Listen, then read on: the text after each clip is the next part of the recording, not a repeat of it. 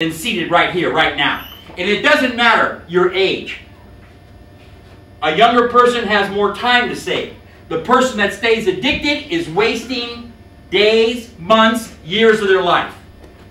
Myself, 34 years. I thought I was really all that. Buying a house in the hills of San Anselmo in '71 at the age of 23 on an acre of land up in the hills. The Grateful Dead waiting for surfboards to come in from Peru that were filled with cocaine, filling up airplanes and motorhomes, and sending mota, weed, from Michoacan, Mexico, right to 22 Woodland Avenue in San Rafael to a private warehouse that I rented. I thought I was all that. Speaking in code, sharing drugs like they were food. Those are felonies. How can a person stop that gets so far into it? There's 4 reasons that they tell you a person will stop for. Those 4 reasons are well known. The first one is a person gets sick and tired of being sick and tired. They're fed up. Every time they get loaded, the same thing happens. Bad luck, bad karma, lose your freedom, go to jail, go to prison, maybe have a permanent accident. What good have these drugs done for anybody? If you've got a medical card that says you can smoke marijuana because you have cancer to build up your appetite, or have a migraine headache, or a medical issue, go for it. What I'm saying is, you don't need to use drugs or alcohol and escape reality. Once you make the transition, you feel good waking up without anything. This is the person that has a program that they want to stick to, because day in and day out you get stronger and miracles start happening. Little ones at first and bigger ones later. There's no running and no hiding from the drugs or alcohol. Our government has bars and grocery stores to sell alcohol. You can go buy it legally all day long. You can buy it at the baseball game and you can drink it. It's not against the law, it's legal. But then when it's time to stop, who can stop and who can't? This is the difference. The addicted person versus the non-addicted person. The person that can love themselves, that can look in the mirror and realize they're not faking it to making it. They're being real. The lying's all gone. Okay? They're not slipping between the cracks. They don't have an excuse this time. This time is the last time. We're on this bus. It's called the right road. We pick up all addicts and alcoholics. They don't want to come aboard yet. They haven't hit their bottom yet. They're not done. The word party's still going on. They won't come aboard our bus. This bus, like I said, only goes forward. It doesn't go backwards. The driver, he's my higher power. How are you going to sell somebody some drugs if you don't need them anymore? If you arrest the dope man, he'll be replaced. There's too much money involved. That's why Marin County, the highest rate of substance abuse in the state of California, is right here, because it's the richest county in the state of California. Everybody's got their dope trip pointed at Marin County, whether it's from a foreign country or from the East Bay, whether it's methamphetamine, heroin, marijuana, or pills. This is where the illegal dope trade fetches the most money. The people that want recovery, the path of addiction has led them here to the Helen Detox Center. This could be your last time coming here. If you want recovery, you can have it. But how do you go about getting it? Can you go down to 7-Eleven and buy it and say, hey, I'm a dope fiend and I got all this money and I want to buy all the recovery that you got here now? What aisle is it on? Or can you pick up the phone and order it like a pizza? Doesn't work that way. You got to get involved. You got to participate.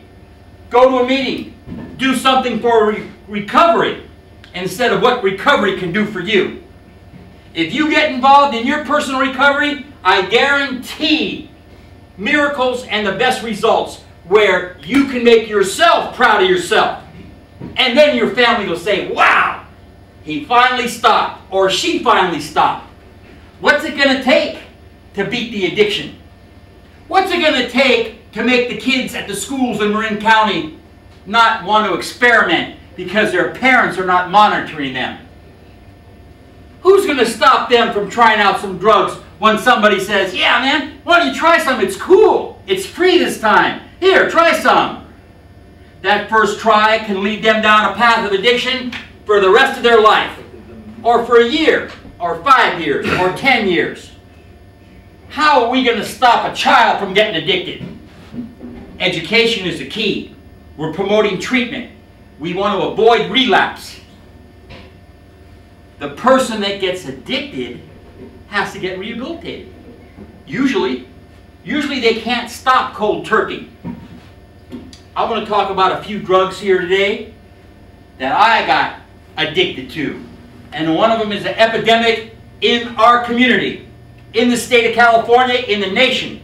Methamphetamine, made out of toxic materials like battery acid, lye, R15, a cooling agent, and people are putting it into their system. And what does it make them do? Besides deteriorate their brain and their heart and make them stay up all night, how did it all start out? Methamphetamine, speed that the Germans invented. They say it'll kill you.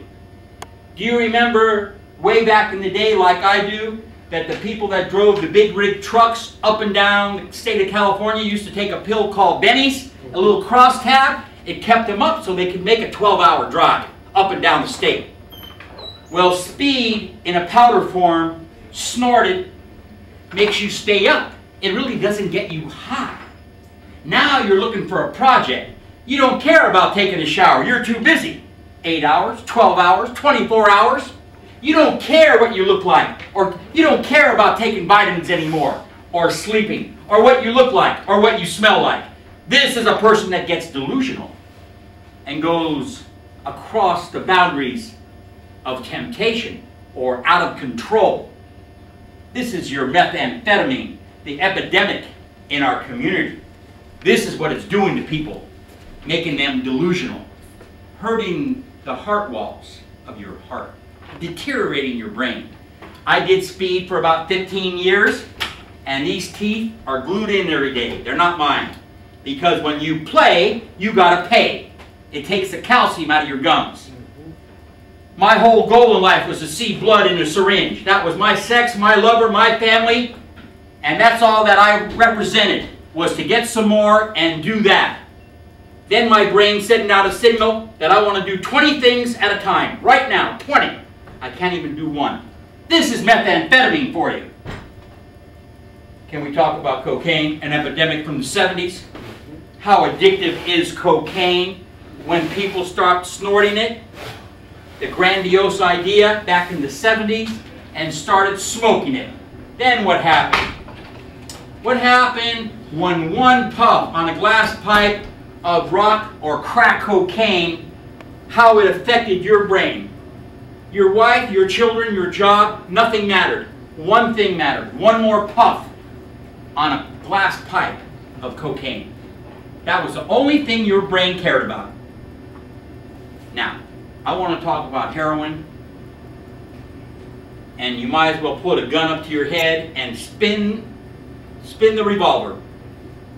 Heroin, you don't know how pure it is. You're not a chemist.